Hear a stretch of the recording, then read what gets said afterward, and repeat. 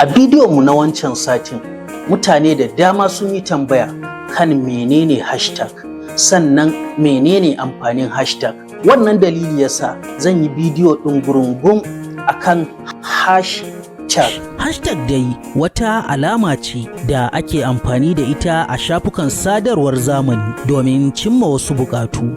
Ba kowane hashtag bane zai sama maka engagement mai yawa. Dole ne ka yi amfani da hashtag ɗin manyan content creators masu yin content da yaren da kake rubutu. Hashtag yana taimakawa content ya tafi viral, musamman in ka yi amfani da hashtag wanda masu yawan followers suke amfani da shi. A duk lokacin da kaga manyan jarumai, mawaka ko masu shirya fina-finai suna amfani da wani hashtag, to ka yi ƙoƙarin yin amfani da wannan hashtag domin zai taimaka wa content naka ya yi reaching larger audience fiye da yadda kake tsammani.